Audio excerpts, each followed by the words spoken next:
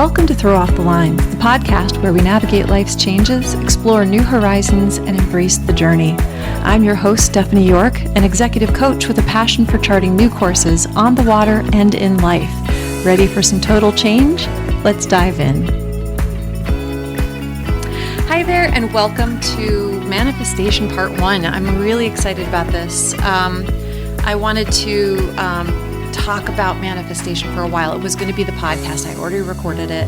And then I bumped into a different resource, and we could absolutely talk about this. Today's episode is abundance thinking in action. So I loved this because all kinds of manifestation is about gratitude and always having gratitude, which I like, but there are days that you can't find gratitude. There's bad days. And I like the idea that you can look around and see abundance, and you can tell yourself that you're abundant even if you're not feeling grateful. And I think that that we're going to talk a little bit more about that in this podcast. So let's skip over gratitude for now. And by integrating kind of abundance thinking and specific brain-based exercises, you can supercharge your manifestation practice. And this episode explores the neuroscience behind manifestation, how scarcity blocks abundance. And we know that if you're always thinking, I don't have enough, then you could rarely be able to feel that you have more than enough and happy and content. And we'll give some practical daily exercises from a book called The Source to kind of rewire your brain for success. So today, we're diving deep into the science and practice of manifestation itself, not through wishful thinking, but through brain-based strategies from Dr. Tara Swart's powerful book, The Source. Amazing book. I first saw Dr. Swart's book during an interview on early morning TV. I woke up Saturday, was sitting really comfy with my cup of coffee, and I thought, I'm just going to turn on the TV. What's on? Saturdays and Sundays, sometimes there's some really great programming. And then turn on the TV, and there she was. And I love when that happens. I find that if I'm practicing manifestation and I'm practicing growth practices, and stuff shows up when I need it and when I want it. So I was fascinated that she had broken the manifestation down into these 6 components, because I'd always been looking at manifestation kind of as one component. And they were a little different, more specific than what I've been hearing from all the different podcasters and YouTube videos. I use manifestation in my life constantly, not just to be a positive reinforcement for me when I need to refocus, but also kind of as a means to sleep in the middle of the night, to try to help me get focused on positivity in my life, to help me build patience, and to help me direct my focus on things that I want in my life, because I'm often very scattered. And manifestation has been instrumental in me being able to make it through impatient times and through the really hard times I've gone through, and not just the last couple of years, but also processing past pain. Manifestation has been powerful. If you're stuck and not feeling good, middle of the night, during the day, turn on YouTube, type in manifestation, and just start listening to some of those videos. They're wonderful. I really swear by them. So we're going to jump right into the first part of our 6-part series, which is turning your abundance thinking into action. Because we can think all we want, but action is where we really reinforce things. In the past, it's always been gratitude when you listen to this. So you have to be really grateful anyways, but instead of looking at gratitude as abundance and how much you have in your life, I feel like this is a shift I really like. So Dr. Tara Swart, a neuroscientist, approaches manifestation kind of as a scientifically sound process rather than magical thinking. She emphasizes that manifestation involves kind of aligning your brain's power by combining strong intentions, which are feelings and beliefs, and with sufficient action to bring that desired outcome to reality. And we're going to kind of dive into that a little bit more. I know that's a big sentence, but how do we align the power of the brain with strong intentions and feelings and act on that to make it a reality? And this means focusing on what you want, visualizing it, and taking concrete steps towards it, rather than passively waiting for the universe to grant your wishes. And she breaks it down. All the 6 steps I'm dedicating a podcast to each of them, and manifestation is kind of a process and real, which involves the 6 things: abundance, manifestation itself, magnetic desire, patience, harmony, and universal connection. So those are going to be in the show notes. And what we want to talk about is just that first one, the science behind abundant thinking. So what exactly is abundant thinking? It's defined as a mindset that assumes there is enough for everyone. And I love when I see clips and speakers on YouTube, online, on Instagram, on Facebook, just online in general, that, we are not fighting each other for a piece of the pie. There is no pie. There is enough for everybody. Everybody is allowed to be okay and whole and healthy and happy. If that person over there is healthy and happy, it is not taking away from my healthy and happiness. And if you feel like you're in competition with other people, you've got to do a lot of this internal work, because this abundant mindset cannot be yours if you don't think there's enough for everyone. And then contrasting with scarcity thinking, which is fear-based, kind of defensive and self-limiting. I don't have enough, so I better, I'm scared. I'm not going to get enough. I'm not going to have enough.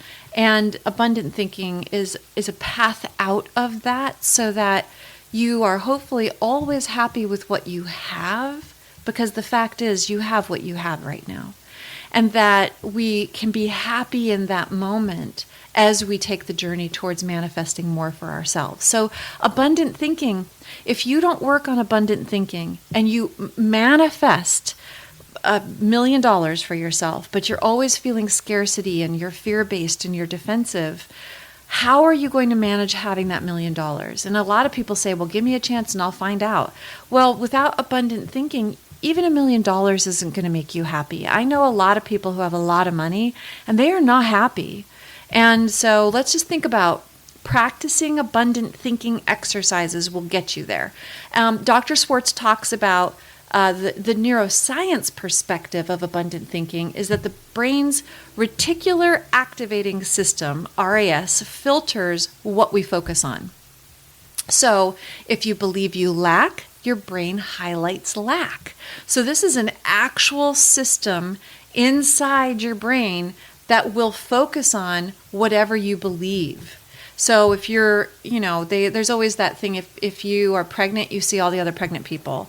If you see yellow Volkswagens and think about yellow Volkswagens, well, there's not a lot of yellow Volkswagens. Maybe it's more yellow Land Rovers, I don't know. But whatever you focus on, your brain will highlight.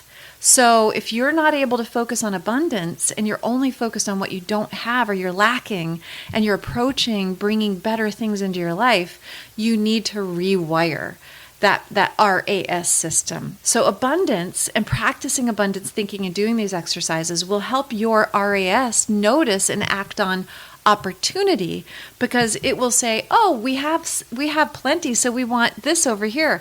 Oh, we definitely wanted to focus on that. So the brain's going to reach out to it. Instead of hoarding what it has, it's going to be looking for opportunities. And your brain believes what you repeatedly tell it. That's why affirmations and things are so important. So keep that in mind. That's a very important part. And then here are some abundance exercises that come directly from the book, The Source. And I strongly recommend you get it. It's a great book. I'm partway through it. I'm in the middle of like 3 books right now, because that's how I do it. But here are 4 practical abundance exercises to kind of get you on your way to thinking more abundantly, letting go of lack or loss or feeling not enough. First of all, the vision board, but not your usual vision board. This is with a neuroscience twist. So visuals help train the RAS. That is, again, your reticular activating system. But don't just use luxury items. Include images that evoke a feeling of abundance. It could be a luxurious silky material that you have a picture of in your favorite color. That is abundant. It could be anything. For me, I grew up without a lot of food. So like I would put a whole picture of a table full of fruits and vegetables and everything you could ever want to eat. That would be abundance to me. That would make me feel a lot better. What makes you feel like you are full, happy, content, abundant? I have a perfume I just love. It's Chanel Mademoiselle. And I've loved it for a very long time. And I always have, and I know it's really expensive. And I always, my whole life, have come from a place of lack. So I only use special things for special occasions. And I always have this bottle, and a year, 2 years later, I don't even know if it's still good. It's actually still pretty good. But I don't spray it. I don't go enough places. So I've taken to spraying it around where I live in my environment. I'll spray the back of a chair. I'll spray my closet. I'll spray the wall I walk past all the time. I'll spray it in my bathroom. And when I feel it, I feel happier. I feel taken care of. I don't know why. I feel luxurious. I feel like, oh, yeah, I deserve good things. And so the neuroscience tip is regularly move and refresh images so the brain doesn't tune them out. So, for example, you could have a vision board, move stuff around on the vision board. It can't be the same because your brain has a snapshot of that. Re-see the abundant table full of food. Re-see the house that you want to buy, or the boat, or the trip, or the whatever. And if you are setting your house up to visualize better things, move your favorite things around so they're in different places, because it triggers your RAS system to refresh those images and see them again and feel that abundant thinking and feeling again. Whatever makes you happier, right? And then we are going to use a gratitude practice. So, this attention to having an abundant life, we want to be grateful for that. But I replaced gratitude in most manifestation practices with this abundance part.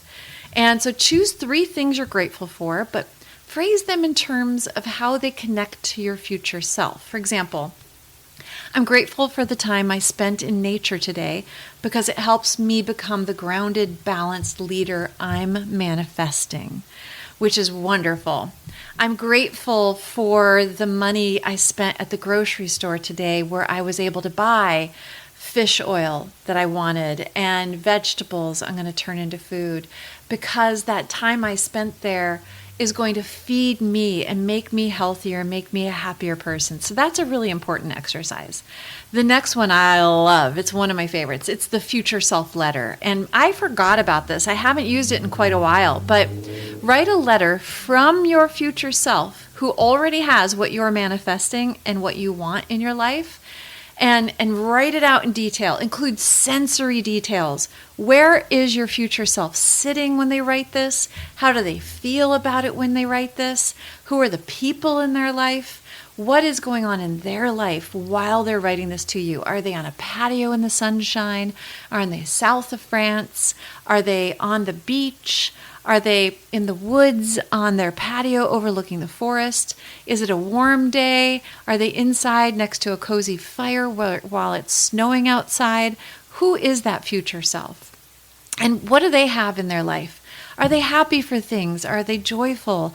Who are the people in their lives? And then read it aloud daily to yourself, and it activates as a mirror for your neurons, and it deepens your belief.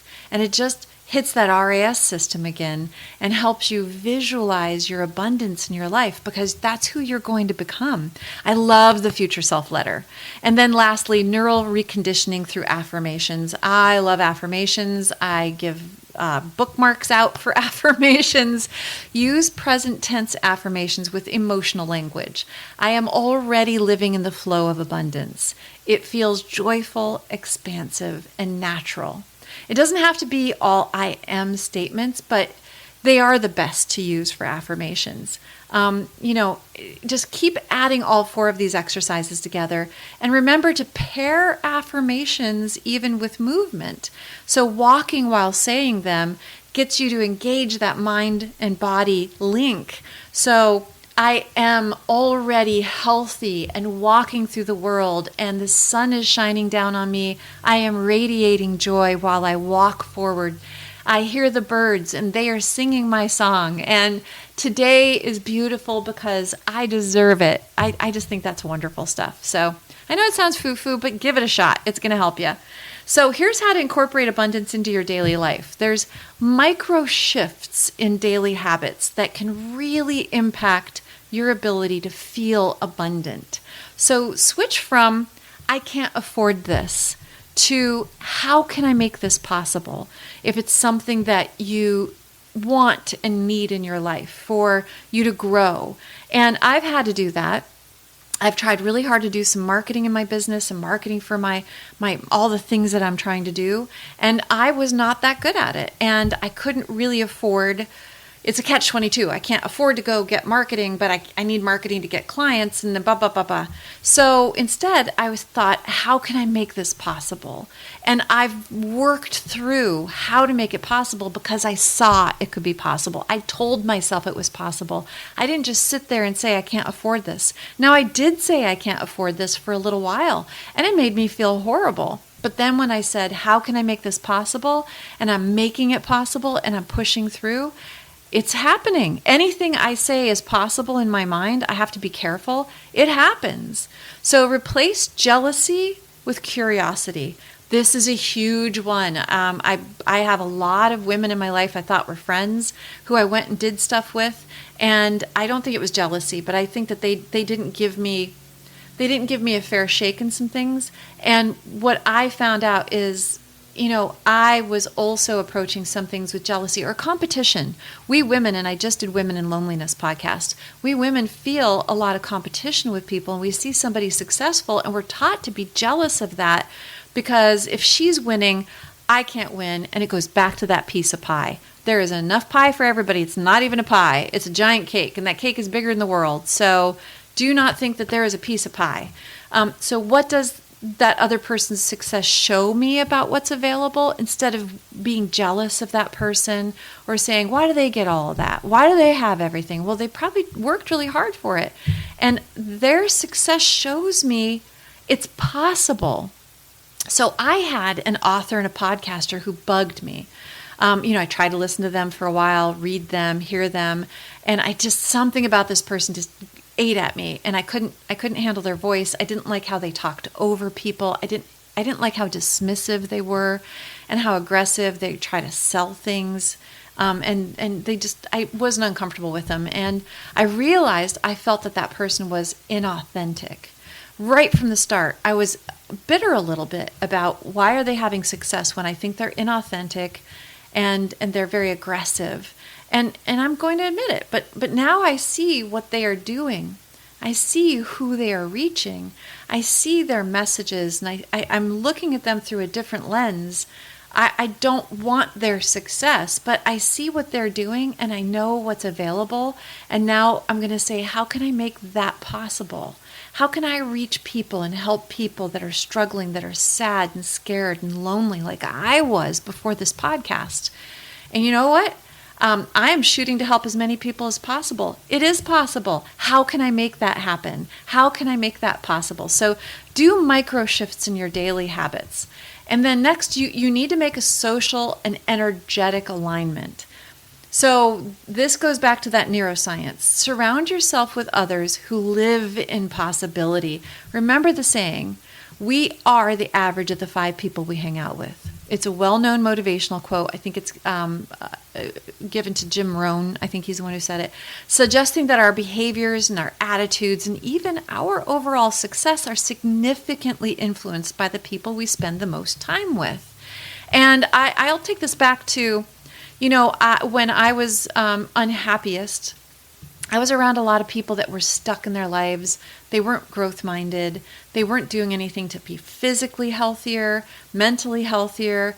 They were just comfortable and floating along. And that's okay. I just knew that I wanted to be healthier. I wanted to continue to grow, and I wanted to engage in the world. I didn't want to escape from the rest of the world. So I had to completely upend my entire life. I don't recommend that, but I know that if you're around people who are overweight, who eat all the time, and all the time you get together, you're always sharing food, and nobody's talking about healthy, moving somewhere to where there are people who are at a gym and encouraging you to exercise. I am constantly working on myself. Right now, I'm on a sugar-free diet. This is completely about my own health. I'm not telling people to do this. I cut all sugar out of my life, and I'm feeling a lot better after trying 10 days. I've been able to work out great today. I just feel like a much healthier person. But when I go out and I meet people and they're like, well, let's go here. And I say, yeah. And I ordered a smoothie yesterday without any fruit in it. Boy, it was grassy, but I fed my body. And somebody else was like, how can you do that? Why are you doing that? And people feel awkward around somebody who's doing this change. And I just say, it's not about you. It's about me. I'm eating healthier. And, don't make other people feel bad about what they're trying to do to change their lives. I know when I go to work out, other people are like, oh, I don't want to work out. Or I was working when other people were retired. They'd say, oh, I gave up on work a long time ago. Well, I love working with my clients. The value, the joy that they bring me when they succeed, just surround yourself with better people. That's all. That's the basis of that. Also, avoid energy leaks. This is huge for me right now. Comparison, complaining, scarcity media, TikToks. Go start following on Facebook, Instagram, and TikTok. I follow motivational, fun, or funny content, and I delete and eliminate unfunny content because I just want to be uplifted by things that are taking up my time and not giving me a whole lot back. So stay away from negative people. We often have really negative people we've known for a very long time. And you don't have to cut them off completely. What you have to do is limit the time that you're around them and then set up boundaries. And if they go down negative paths, say, I can listen to you for a little bit, but I really want to focus on more positive things. But in friendships, we want to hear their hardships and they'll hear our hardships. That's different. But if you have really negative friends, and I've had a lot of them in my life, you might not want to hang out with them very much. Go find more positive friends. Go on Meetup. I've got a whole thing about making friends podcast. It's already published. Find movies that are positive. I've recently turned to just watching kids' movies because it's got some hard stuff in it. It makes me cry, but boy, it's just not this dystopian stuff. Listen to upbeat songs. Go to upbeat websites. Everything. And handle your business, but make sure you're not spending unnecessary time dealing with negative things, places, and people. Evaluate your environment every day. Evaluate at the end of your day, what did I do today that was negatively impacting me? And then remember, there's always a mind-body link. Your body plays a role in abundance. So hydration, huge. Make sure you're drinking enough water.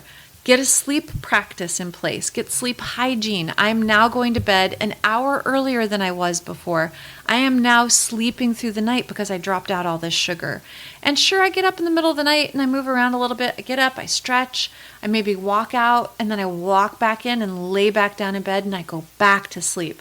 Get movement every single day. If you can't get a 30-minute walk in, stretch. You can stretch even in a 4x4 place. Get on the floor, stretch your body out. Breathe. Work your breath in and your breath out. All of this will help you regulate and make your ability to perceive abundance more clear. The healthier you are, the healthier you're attuning to abundant things. So self-care is first in everything. I cannot stress it enough. I have a health and self-care podcast coming up. No amount of money can buy back your health. Make sure you're putting more money into that health bank than you're taking out. Critical. So we want to just, in kind of closing this whole idea, talk about reflective thoughts. What's one area of your life where scarcity has been running the show? And I know, I just mentioned mine was in my business, and I had this scarcity feeling. How might it look different through a lens of abundance? So for me, it was, I haven't gotten anywhere on my own in months. And what I've lost, the traction in new clients and helping more people, I lost months worth of that because I felt like I couldn't. And I've now found a way to make it possible to get assistance in my marketing. And I have a marketing mentor. So where have you been looking in your life and scarcity has been running that conversation in your mind? And how might it look different through a lens of abundance? Think about one thing you feel you are lacking, that you're worried about, you feel you cannot get or have. Now, what if you felt more positive about that one thing?